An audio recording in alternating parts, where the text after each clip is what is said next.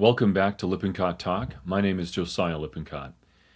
In this episode today, I want to lay the groundwork for a series that I'd like to do over the coming months here on the show.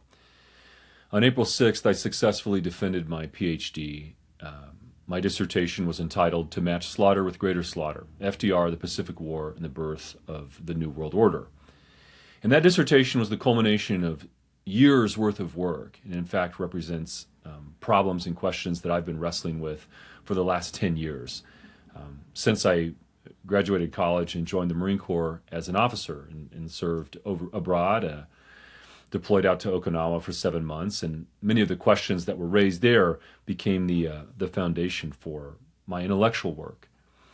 So I want to give a little bit of the background on why I chose this project and what it means to me and what I want it to mean for all of you and then for the country as a whole. And I tend not to make my online presence about myself personally. And there's good reasons to do that. For the most part, it doesn't matter. The ideas are what matter. My work on serious questions, the way I present data, my ability to say something unique or helpful about the topics of the day is far more important and interesting than my own motivations or my life or whatever else. And I think this is a helpful endeavor it's a helpful way of thinking because it keeps you grounded. It centers you on what really matters. If someone else could do what I'm doing but better, then there wouldn't be a reason for me to be online and to have the presence that I do. If someone else could do the scholarly research that I do now, but they could do it even better than I do, then I wouldn't have to do it, right? I see myself as a vehicle or a vessel for ideas. The analysis that I do is meant to benefit the people who listen. It's about you, the audience. It's about the interlocutor. It's about the student.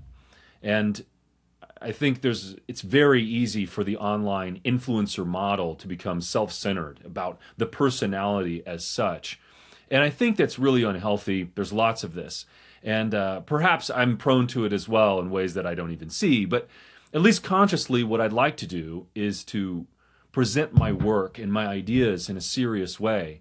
And it is tied to something that's very important to me personally. I consider my scholarly research to be existential. That the reason I joined the military, joined the Marine Corps, and then left was deeply rooted in values and virtues and ways of thinking that are critically important to me. I care deeply about the question of justice.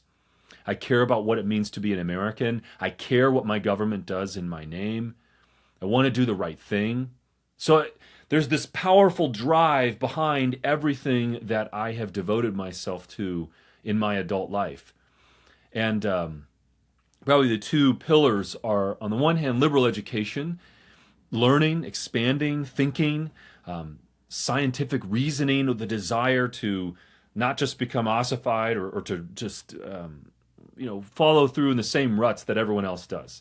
So on the one hand, this is a sort of guiding light for me, is to break from consensus, not for the sake of being contrarian, but for the sake of thinking through problems in a serious way for my own sake, in my own way. I have to do the work myself. It's very important to me, and it's been that way since I was very small, since I was very young. I want to blaze my own trail. I want to think. I want to use my mind. On the other side is a longing to, the other pillar is a longing to do justice, to make my country a better place, and to take my learning and apply it in a serious way, to see it produce good in the world. And that doesn't mean I always succeed. In fact, one of the most important lessons you can get from liberal education is the need for self-criticism, the humility to look yourself in the face and say, I have made a mistake. I need to redo the chain of reasoning that brought me to this conclusion. There was a problem that I didn't see. And it's that process of self-examination that allows you to expand your learning. And you have to balance that against self-destructive or self-deprecating impulses that prevent you from teaching or presenting your information, because you're always thinking, well, I haven't done enough. And the reality is that as a scholar, as a thinker, as a citizen, I have not done enough. I am still a work in progress. And I say all this because this month marks a really important milestone in my life and in my career. On April 6th, I successfully defended my dissertation for my PhD at Hillsdale College. The title of that dissertation is To Match Slaughter with Greater Slaughter, FDR, the Pacific War, and the Birth of the New World Order. And the theme of that dissertation is the exploration of American foreign policy from the founding through the progressive era, and then how the change in the view of justice from the early American tradition to the later and now contemporary view of international relations and justice was made manifest in World War II in the Pacific Theater. So that dissertation came out of my military service. In 2019, I was deployed to Okinawa as part of the unit deployment program.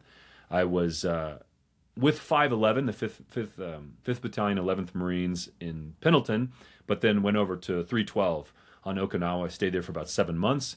I served as a fires plans officer, so my primary role was to coordinate logistics and then provide expertise and capabilities to other echelons and joint partners.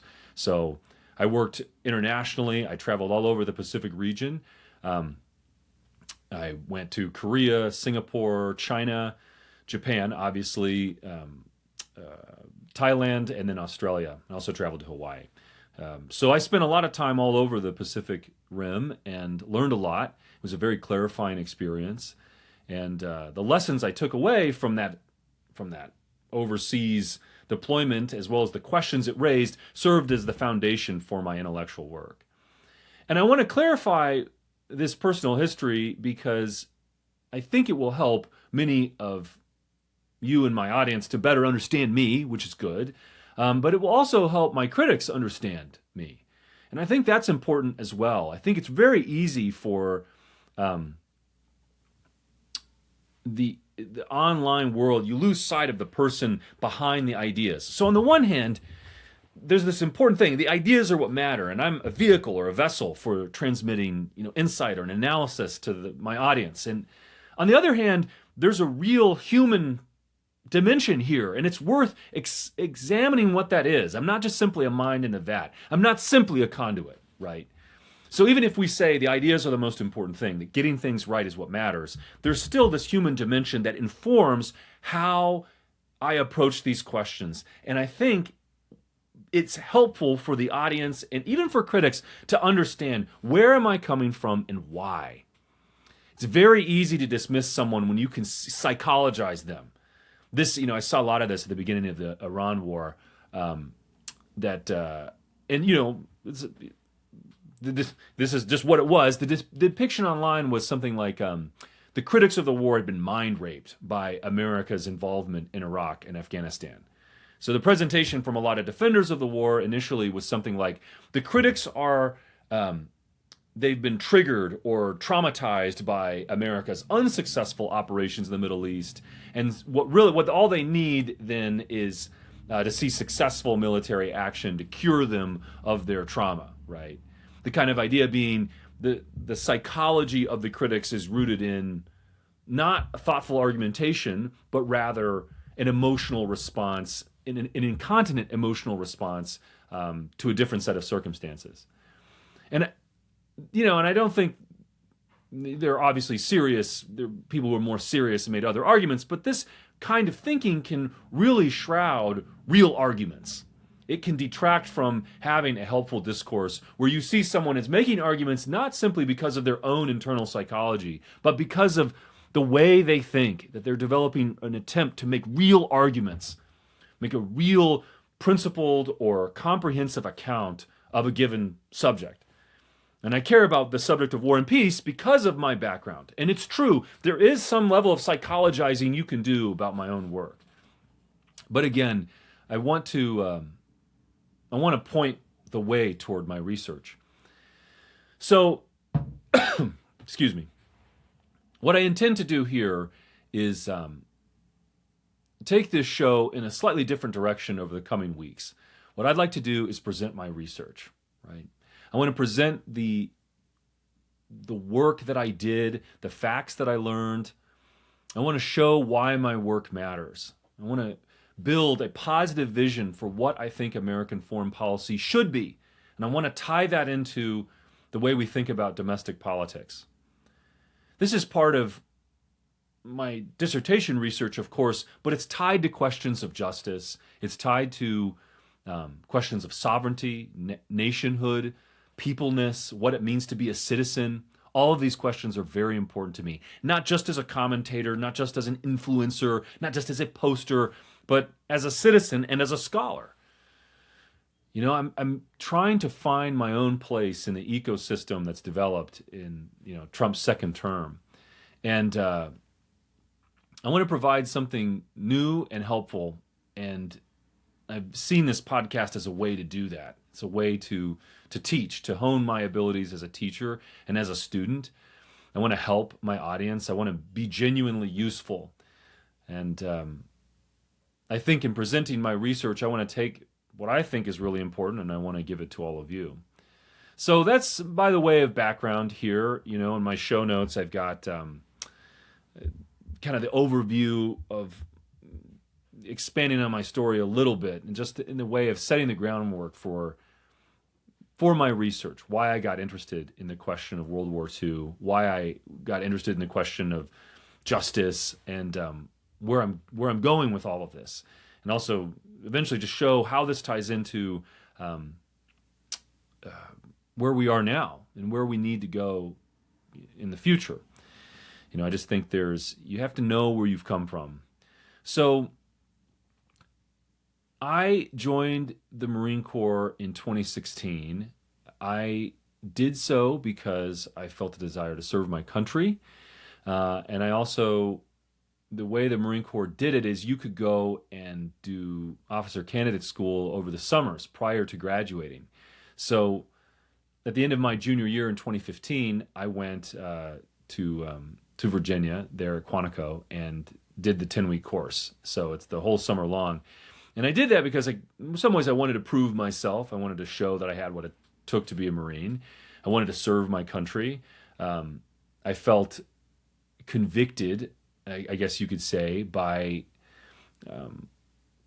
a sense that I cared so much about politics and war and peace, but it was abstract, right? Like I was saying things in private, but I wasn't going out and serving, right? Like I wasn't part of that world. It felt dishonest in some way or disingenuous. It felt like there was something incomplete about my thinking and analysis. Like that I just needed to expand, develop, grow, and that would help me. That it would help sharpen my thinking and show that seriousness of purpose in mind.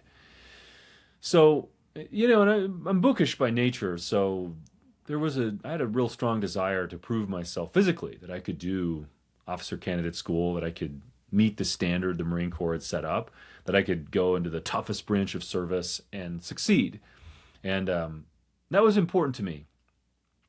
And, when I come from a really patriotic family, and I do remember, like, during the Iraq War years, I had this liberal high school teacher. And he made a point, which at the time, again,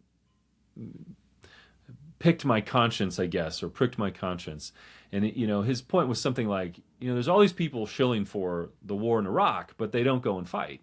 And he just expressed contempt for that. It's, young people, especially young men who claim to have strong opinions about that war should go and serve. Or if you have a strong view about the war on terror, you should go and serve.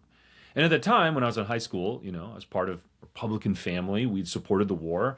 And I felt like, and he didn't mean it directed at me simply, but I felt convicted by that. I thought, well, it is true. I keep saying I'm in favor of all this action in the Middle East, but I'm, hadn't planned on serving, wasn't part of a military family. It was all an abstraction. And that stayed with me for a long time, the sense that I needed to prove myself. Now, as it would turn out, is and I'll get to this, but my military service resulted in me becoming a critic of American involvement abroad. But in some ways, I earned my stripes, if you will.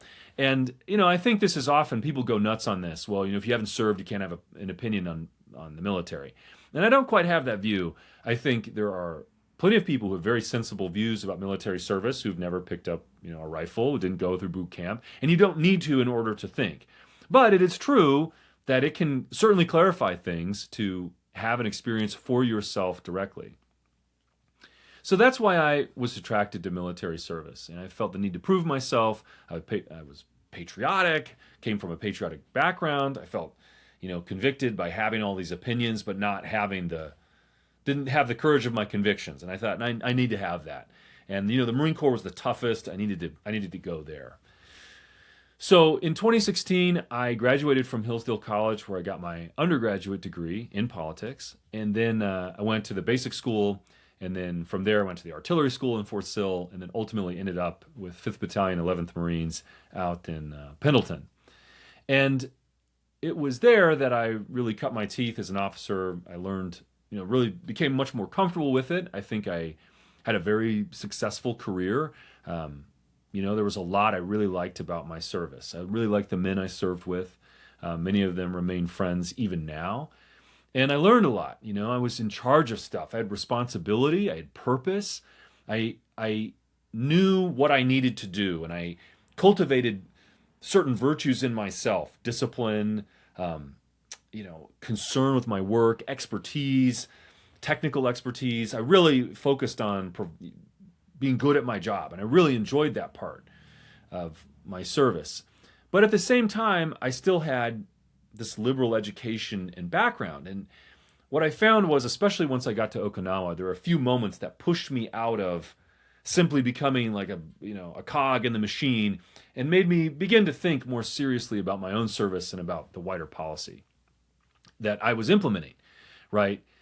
There are a few stories, and I think it'll just be helpful to tell them here. So in 2018, I served as a subject matter expert at a war game in 29 Palms regarding war with China. So in that war game, we did a couple days. And so, my job was to advise on the employment of rocket artillery. So that's what I was. I was a HIMARS artillery officer. I spent a very brief period as a platoon commander and fire direction officer, but I, knew a lot about the weapons system. I tend to carry myself well in conversation. I'm not phased by rank, so I was picked for this liaison job operating at the battalion level. So normally, and those of you who aren't in the military, maybe this will, may not make a ton of sense, but you can think of, a battery level is, about 200 men, give or take. Depends very much where you are, but about 200. There's usually three. There were 3 firing batteries in my battalion, and then we also had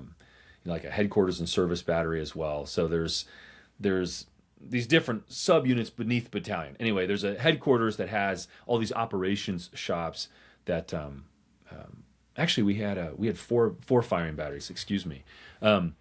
Anyway, we had all these different shops at the battalion level. So if, you go up there, you're doing a lot of staff work. But my job was really interesting. I got to go a lot of different places. But one of the places I went was to this war game in 2018. That was planning for war with China, the employment of rocket artillery fire in the Philippine island chain, in a plausible scenario regarding the taking of Taiwan. And who knows? There's a lot of anti-China sentiment now, and it could be very much the case that we end up in this kind of conflict. There are reasons why we might not, and I'll get into that. But the point is, I was at this conference, and so for several days, you have all these officers from different units planning out how we would respond to different actions taken by the Chinese military in this conflict over Taiwan and the Philippines. And what stands out to me most about that event was on the final day, there was at some point of the Battle of Mindanao in our fake scenario, the war game coordinator said, well, at this point, if the Chinese were pushed back, they would threaten the use of nuclear weapons, and so we couldn't push any further in this scenario. And at that point, they were just like, well, there it is. Once nuclear weapons got invoked, it was like, okay, the game's over, right? Boop, war game over.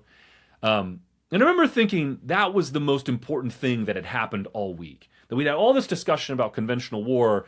We got to this point where suddenly nuclear weapons are invoked, and there's no way to plan around it. Suddenly everything's diplomatic. All the solutions are diplomatic. The military conventional force isn't able to produce results. So that was, for me, a really striking moment. And what really took me aback was the way and how cavalierly everyone approached that question. It was like, oh yeah, nuclear weapons. Anyway, back to talking about infantry tactics and ships. And my thought was, well, wait a second. If nuclear weapons just completely do away with the utility of conventional forces, what are we doing here, right? How can we fight a war with China when there's this nuclear threat that's looming over everything all throughout the region? Like, how do you get around that as conventional artillery or firing rockets, for instance? Like, what are we able to really achieve with that force against this nuclear power?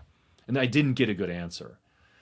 I had another moment that also kind of, again, pushed me to think more clearly in 2019 when I was deployed to Okinawa. I was sitting in a vault with a major. We were just discussing policy regarding, changing in strategy and what our posture going forward would be in the Pacific. And this major had this quote. He said, he just said to me, he said, look, our role out here as Marines is to serve as a speed bump for the Chinese. That if they expand outwards, we're just a tripwire to set the war in motion and then to hold back expansion by the Chinese until reserve forces from the United States can surge into the Pacific. And I'll be honest with you, that image of the speed bump stuck with me for a very long time, right? I'm a speed bump, right? And I thought, that isn't how I think about myself. And also, what exactly would be served by this war? It seemed like American strategy in the Far East at the time was simply one of doing the Japanese strategy in World War II, but in reverse. And I thought, this is a problem, right? So those were two really formative moments where I began to see, I think there are some operational and strategic problems here. I felt like I don't really know if this is a good fit for me personally. Like, this seems like there's some problems here. When we think about, in the core, we describe it, you go from the tactical to the operational to the strategic.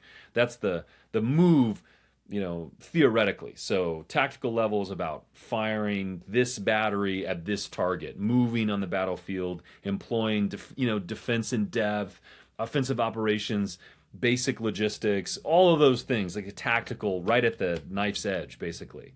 Behind that is operational, where you're talking about theater level, movement of gear and machines and men, and you're thinking in terms of integrating more units together in a sort of theater of operations. And at the highest level is the strategic, where you're aiming for we're really aiming for these big goals, right? You're thinking in terms of how your forces are postured, how you draw on resources from the home front, technological development, the goals you're seeking to fulfill. And what I found myself doing as I was in the service was thinking about those higher levels. I kept moving up the chain. My day-to-day was to think about, how do you get this HIMARS Gimler's rocket on target in this theater of operations under these conditions? How do we meet the training standard? What do we need in order to get the communications architecture correct? Blah, blah, blah, blah, blah. That was the bulk of what I did. But I found myself gravitating, and in part because of the nature of my work, and in part because of who I am by nature, I'm gravitating to these higher questions. And when you look at strategic questions and the strategic goals that have been assigned, ultimately you wonder, well, who assigns those goals? Like, where do we get the strategy? And of course the answer is there's another layer above the strategic, and that is the political, right? That what guides our strategic considerations as Marines or as airmen or soldiers is set by policymakers in Washington, D.C. right? There's this view, and ultimately, what sets that? And you go to, there's a view of justice that then frames everything else we do. So as I'm sitting on the island of Okinawa, looking at American force posture in the Pacific and traveling all over, the question comes to me, what am I doing here? What are we doing here? What are we trying to accomplish? And I found myself unsatisfied with the answers I had been given, right? I found myself doubting the consensus view that animated my fellow officers, or they do a kind of rational ignorance thing, like, well, that's above my pay grade. I'm just here to do my job, collect a paycheck, hoorah, semper fi. And I found myself gravitating to, how do generals make decisions? How do members of Congress, the president, where does all of this come from? Another key story is one involving the MEU, the Marine Expeditionary Unit on Okinawa. As a liaison officer and the Fires Plans officer, I was tasked with ensuring integration with these other units. And so the MEU asked us to put the HIMARS launcher on their ships as part of when they go out sailing on the ocean. They're kind of a force in readiness. They're always, moving all over the place. The Marines that would attack Karg Island, or, potentially get involved in Iran, for instance, are on a MEU. They're on these like carrier and transport ships they can do amphibious insert, they can do aerial insert. They're this 911 force that's always available and on call. And so HIMARS was out in the Pacific, was tasked with potentially providing support for the MEU. Anyway, I get this tasking, and I reach out to the ammunition chief for the regiment, for the artillery regiment, and I'm like, well, if we're going to be floating with the MEU, we should take munitions with us. We should take missiles with us, so if something pops off, we can be armed and ready to fight. And the ammunition chief emails me back. He's like, come talk to me in my office right now. So I go over there, I step inside of his office. He's like, close the door. Close the door. And he's like, sir, we do not have any munitions for the HIMARS system on this island. Like, none. We don't have any allocation for the Pacific. And I was like, floored by this. This is the first I'm hearing this. An officer doing all this planning, acting like, hey, this system's super relevant to all these things that we're doing in theater. We're going to help. And then I'm being told by my regimental ammunition chief, hey, man, there is no ammunition for the system. It's essentially just like dead weight. It's like these are very expensive, multi-million-dollar paperweights, essentially. And I was like, where's the nearest ammo? And he's like, well, it's allocated for the Army for the Second Korean War. If it kicks off in Korea, that's where the ammunition is going. And I just remember thinking, like, it put a lie to, hey, Marines, hey, we're here to fight tonight. The CO gets out there. Hey, we're going to fight tonight. First sergeant, sergeant major, hoorah, devil dog. Like, you got to be ready to take on China. And they do this, like, right on Friday, right before Libo brief, get everyone fired up. You know what I mean? Like, get fired up on your way into Libo. And I felt that, I felt like it just revealed, hey, there's some like institutional rot going on here. And there was, of course, like just like strategically, operationally, tactically, like we have some real problems. And we had cultural problems as well, stemming from the ideological component, the wokeness, if you will. I had an experience with this where I nearly had an equal opportunity complaint made against me for just absolute nonsense by a female corporal, not in my unit, massively overweight, accused me of smirking at her and demeaning her to my friends. That was crazy. I will admit she was extremely fat and out of standards. And when I saw her, I'm sure, I'm not exactly a poker player here. And there was probably disgust on my face when I saw that. But the idea that she ended up filing this complaint against me, to her unit, and somehow she found out she got another major in the restaurant to come up to me, and then he was asking me, and I was like, I have never met this woman before in my life, and it's like, I don't understand. And then but they got my name somehow, and then she took that back to her command and was like, this guy's making fun of me for being fat, which wasn't true, by the way. Though I'm probably guilty of smirking. I think I was guilty of that. Guilty. Anyway, my command ended up making me go to talk to this woman's leadership at her unit. They were like, well, they're threatening an equal opportunity complaint that she's been harassed or whatever. And I was like, whoa, that's crazy. But I said, yes, I will go to this unit and talk to their command and try and figure out what went wrong here, right? And again, by the way, did not speak to this woman, did not insult her, didn't call her, fat or use, mean language. I would never do that as a Marine, right? I would never do that. Yeah, in this case, I didn't, right? I mean, this is a joke, right? Like in my own unit, right? Like fat bodies really came under a lot of criticism. That was like an ordinary part of our culture in our unit. Like if you were out of standards, you would get made fun of. But in this case, I had not interacted with this woman. Anyway, ended up going to this unit, and the XO is there, and it's like get there, and there's two female corporals in the same room, and there's like one I had not seen. She was pregnant. Both of them are just they're not combat ready, right? One of them is like massively overweight. She's talking about her thyroid problem and why people needed to respect the thyroid problem, and I was like, lady, I don't know you, right? I saw you in a restaurant. You accused me of smirking at you and demeaning you. You weren't demeaned. You weren't harassed. I didn't say any mean words to you, right? I don't understand why I'm sitting here. And now to make my case, I'm like, there's just nothing here, right? Like, what is the evidence? What would evidence consist of? What would the charge be? Like, what would I be facing, right? And it, kind of the absurdity became clear, thankfully, and I avoided a lot of whatever that process. The equal opportunity process is just crazy in the Marine Corps and in all of the services. So anyway, the XO sends the two female Marines out of the room. He turns to me and he's like, well, I get it. Like, you didn't do anything wrong. But, it's just really important the Marines feel heard. They really need to feel heard. It's a new Marine Corps. Use that phrase. It's a new Marine Corps. We need to take care of people's feelings. We need to just have a culture devoted to, we really want to be concerned with people's feelings.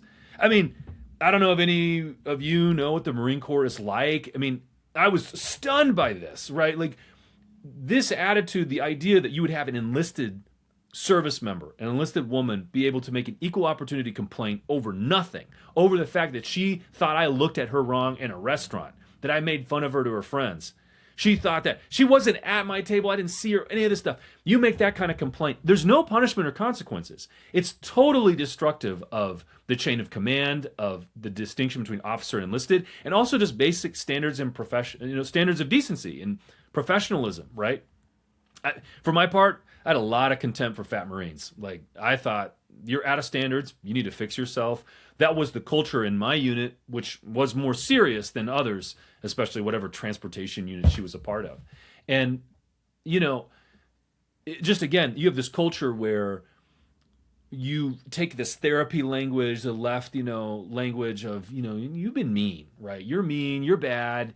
You represent heteronormative patriarchy. And they didn't say that quite, but it's the subtext here is you're abusing these poor female Marines. And there needs to be this whole adjudicative process outside of your normal chain of command, which can get invoked at any time if you are accused of sexual harassment, being mean, whatever that is, demeaning subordinate.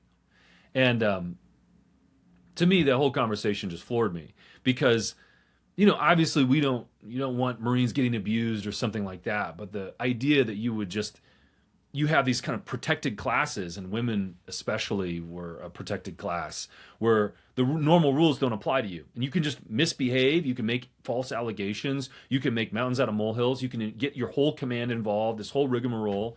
You can go after an officer that you don't even know, and it ends up being this whole thing. And I remember the day that I did that, when I left that meeting, I made a vow. I was like, I'm not going to stay. I was like, I'm done from here on out. I had another 2 years left on my contract, and I ended up serving it out and had good experiences elsewhere. But what I felt, just to pull it all together, at the tactical, operational, strategic, cultural, and political level, I felt there were problems. There were problems that I wanted to wrestle with directly. I needed to engage in a serious way with these questions that had gotten raised. I felt like I needed to wrestle with the question of, killing civilians, with engaging with the question of America's posture in the Far East, with the history of how we had gotten there, with the cultural problems, the spread of ideological leftism and wokeness within the service. And so by 2020, I felt like I need to do something different. I need to deal with this and go to the heart of the matter. The question of justice as such is here. And that brought me back to Hillsdale. And I felt that there had been things undone in my own education that I needed to wrestle with. And I needed to face those questions head on, right? And I wasn't going to do that in the Marine Corps, right? I remember talking to the monitor about maybe staying in, kind of like, well, maybe there's something I can do. And I said, look, I really want to go and think about like war planning. I want to go to the Pentagon. I want to figure out how to make all this stuff, like we need to think about strategy. We need to think about the goals we're serving. And his response was, hey, the best I can do is send you to Alabama to serve in a reserve unit. And I was like, no, that's not what I want to do. And I feel like too, the speed bump story gets me. It's just like, man, I'm in the minds of whatever intelligence is guiding the military planning in DC, I'm a speed bump. I'm just a number inside a table of organization, right? I'm just 0802, HIMARS, pop him right in over here in this unit, hey, maybe we'll torpedo his career, maybe not, who knows? You're just nothing. You're just nothing in the system. And I felt like I don't matter. Like my life doesn't matter, right? My life matters to me. It doesn't matter elsewhere. And it's like these policies are being made without any of my input at all. So in that, in that moment, in the fall of 2019 and the spring of 2020, I just felt like I needed to do something different. I needed to go figure out how to go to where the questions really matter. Go to the question of policy as such. And I wanted to be heard, right? I wanted my voice to matter. I was like, I don't understand why I can't have something to say about all this. Why not? Right? Like I wanted to do that within the institution. They wouldn't let me. And I was like, well, let me make a day of it. I want to get out of the service. I'm going to make these arguments. I'm going to have people listen, right? Because the Marines out there deserve to have policy made by people who have thought through the problems, right? And I'm seeing these problems. I'm like, why are we still in Japan 80 years after World War II? Like, what are we doing here? China was once our enemy. Now they're our ally. How did that happen, right? China had been an ally. Now they're an enemy. Japan had been an enemy. Now is an ally. But this ferocious war, all of these Americans killed. What had been accomplished here? And I started to think about the world order as such, about the very structure of international relations. And I thought, this doesn't make sense to me. I'm struggling to understand what the goal is. How are we better off as Americans because of what I'm doing on Okinawa, right? How we have these, all the cultural disaster within the Marine Corps makes you wonder, we have all these protected classes who the standard doesn't apply to them. How is that good for the military? How does that make us more competent, more effective as a warfighting organization? What is the purpose of all of this? What is the future of all of this? Where is this going? And I just felt like there was substantial institutional corruption and a loss of purpose and identity. And I wanted to go wrestle with those questions in a serious way. So that's why I went to Hillsdale, and it's why I pursued my PhD. I was like, I'm going to write a book. I'm just going to figure out the view of justice that animates our system. What did the architects of this system say that they were doing? What was their view of justice? What were they intending to accomplish? And again, that's tied into a lot of theoretical questions as well, but that brought me to the heart of my dissertation. And these last 6 years have been spent doing that work. And I kind of went, I went viral, while I was in grad school, for criticizing an Army general online, Patrick Donahoe, regarding COVID policy. And he ended up trying to get me canceled. He tagged in Hillsdale College to get me removed, as a grad student. And anyway, I ended up going on Fox News, built this big audience, and then ultimately got banned. It was kind of growing. I was really going after all these military officers online. So that was kind of how I grew into the account that I have now. And it's, I think it's kind of the overarching narrative, if you will, right? So served in the Marine Corps, got out, did my PhD, went viral, built this large audience, got it, people are listening, right? They're listening now to what I'm saying. And, Trump's victory, again, is this like opportunity for all of this work that I've been doing for years, all these questions I've sought to answer, to try and implement some of the conclusions. I often see, big accounts, right-wing accounts online will say of themselves, I'm just a poster, man. I'm just a poster. And I don't think of myself that way. I'm trying to do something more. Trying, right? Whether I succeed or not is up to your judgment as the reader, the listener, the audience.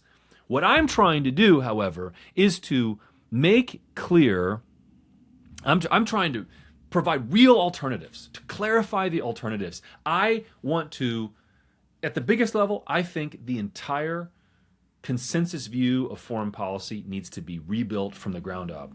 I think the question of the world order is the most pressing one of our time, the question of the meaning of sovereignty.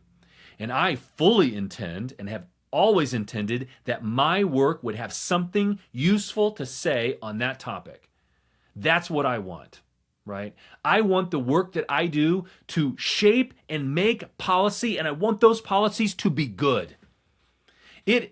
So it's not just to get a PhD or a tenure track teaching job, or maybe I'll be an influencer and I'll have a podcast and I'll go viral, blah, blah, blah. That's not the goal.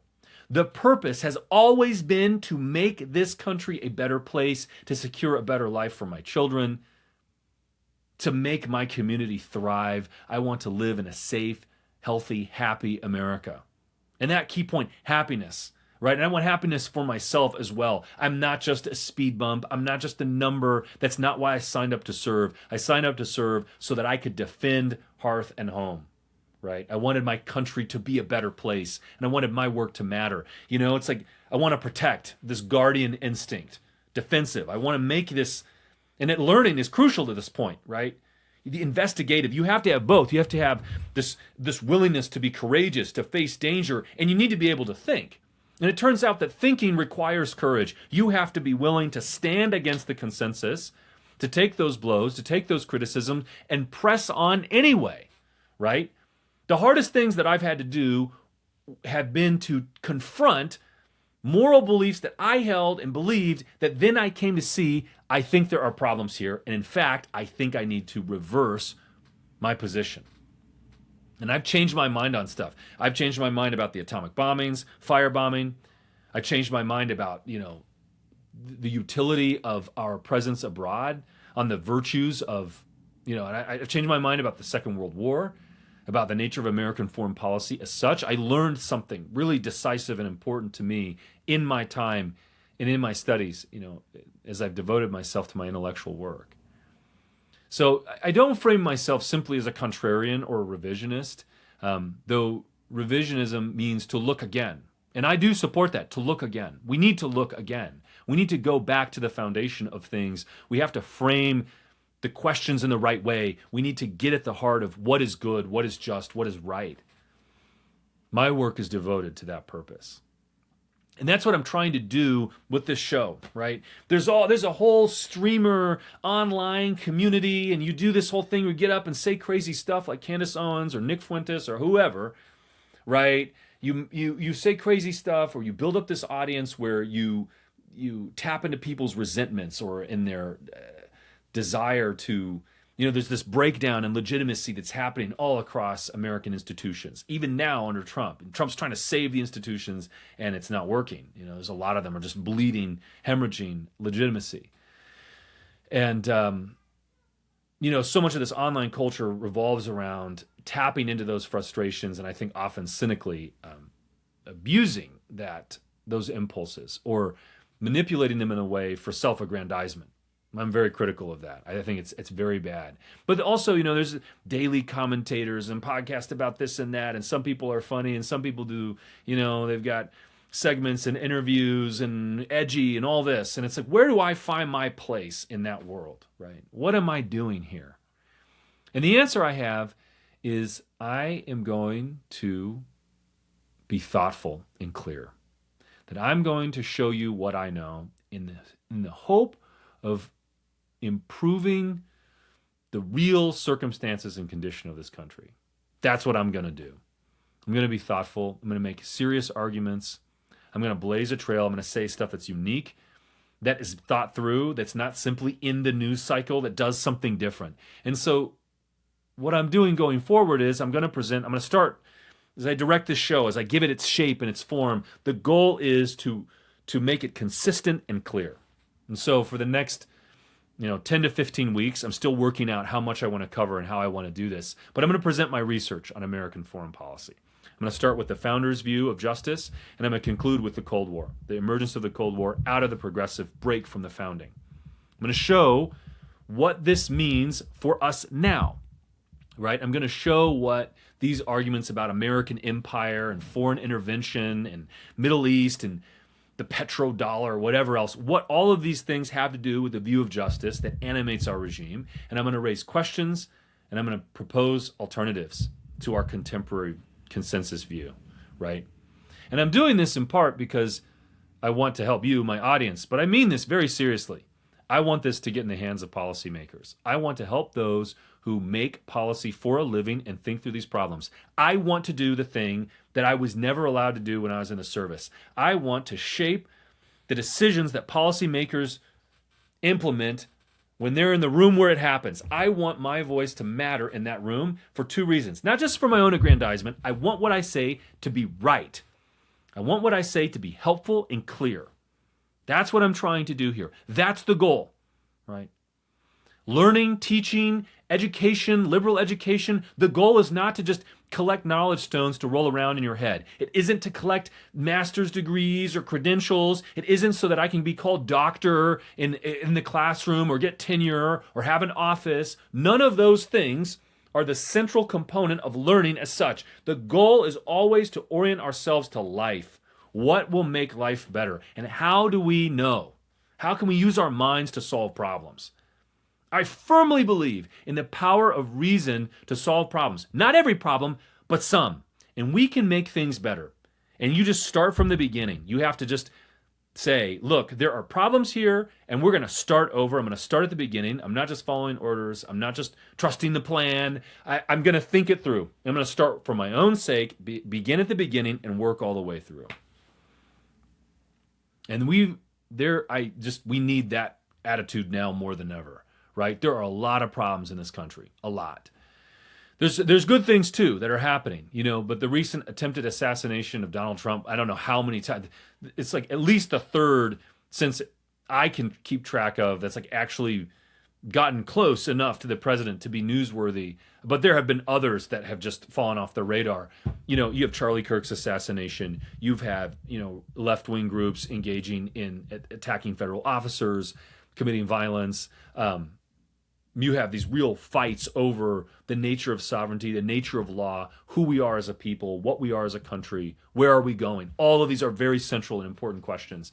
But we're in this moment of crisis and turbulence that flows from an inability to have a solid answer, right? We don't share one as a people. We don't share a consensus view of justice.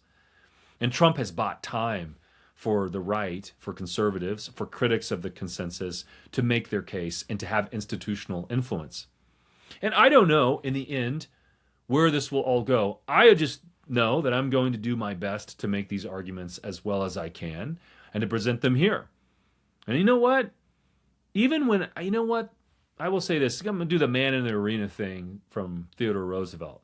One of the things I cannot stand are people who have all these real strident opinions about stuff and they never write it down. They never make it public, right? It's all private, behind closed doors. You're genius, right? Man, I'm so smart. I got all these criticisms.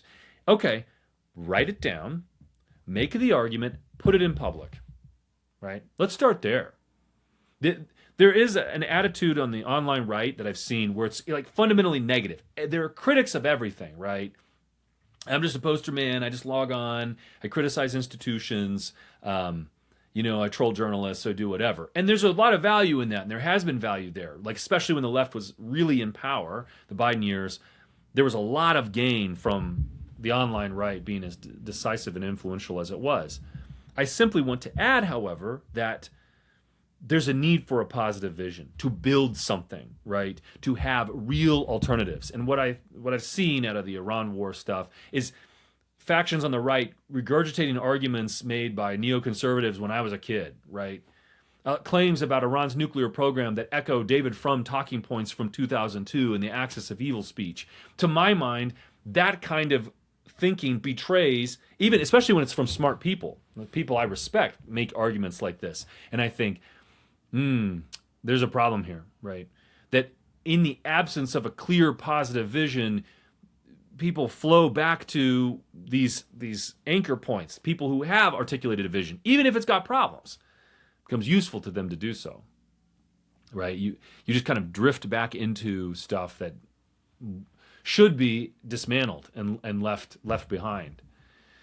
So, there are a lot of problems right now on the right. There's victory, but there's also problems. You have people who are just, they need to feel like perpetual losers, so they criticize Trump unfairly. They want things to be bad so they can justify themselves. And I think on the other hand, you have people who are exuberant to the point of losing a sense of reality, like not getting there are real problems that Trump has not solved. And that doesn't mean Trump is bad. It means there are problems out there that he can't solve in one term in office, right? There are people giving him advice who should not be in those positions. There are problems that are just going to take more than a few tweets fired off in order to solve. And I think that's where we should focus our energy and time. In the aftermath of Charlie Kirk's assassination, I found myself, I took a hiatus from social media. I just felt like there was a lot of crazy, horrible stuff said about Erica online, about Charlie's wife. And I just thought, this is bad. But there was also a sense, too, of like, where do we go from here? What do we do without this guy who was a builder, right? He, built this great organization. They'd reached out to a lot of students. Charlie had this charisma, and he could advise the president, and he had all of this ability and talent. And I felt that there was this gaping hole left in his wake, and also something really depressing about the situation we found ourselves in, the kind of rise of political violence by the left. And I just thought, there's a need to think clearly here, but what are we going to do going forward? And I was also, working on my dissertation and trying to get that done. And that was that's demanding, to say the least. But my goal in coming back has been to try and to frame that vision. And so, again, for the next several weeks, the goal will be to present these arguments. I'm going to present my research. I'm going to show you why it matters, right? I'm going to make it lively. I'm going to make it as interesting as I can. I'm going to connect it to reality, to the things that matter in your day-to-day life. I'm going to make that argument. I encourage you to follow along, right? I want you here. I want you here. I want to convince you that this is important. And I encourage feedback as well. I encourage those who have questions. The way I want to frame this is for the coming weeks and months, I'm going to have this show drop every Tuesday, aiming for Tuesday morning. And then for my paid subscribers on Substack, I'm going to drop a reader mailbag on Friday. I'm going to respond to questions that are posed to me by my paid subscribers there, and just work through that with them. And hopefully that will help, is value added. They gain something, they learn something. They can pick my brain, and I'll take time out of my day and my research and work to try and answer that and engage. And I'll do some other stuff as well on X and Substack, and this is being uploaded to Apple Podcasts and Spotify and YouTube and everywhere else. And maybe some point I'll be able to go on Rumble and be a true podcaster. But that's the goal. That's where we're headed. So next week I'm going to start talking about the founding and the founder's view of justice. I'm going to show that America was not an empire at its founding, and I'm going to make the argument for the Republican view of war, for the prioritization of defense and natural rights. I've done some of this in my previous shows, but I want to show what the founding view was, presented honestly, and then follow up with my own view of the matter, and then relate it to the things that we're seeing now in our own contemporary conflict. That's the goal, right? That's the goal. I want you here. I want you here to follow along. I want you to read and engage. I just keep your mind alive. That's my motto. Keep your mind alive. If I can do one thing, it's that. That's the goal. That's the goal. Well, we're at the end. We're in a good place. This is going to be a success.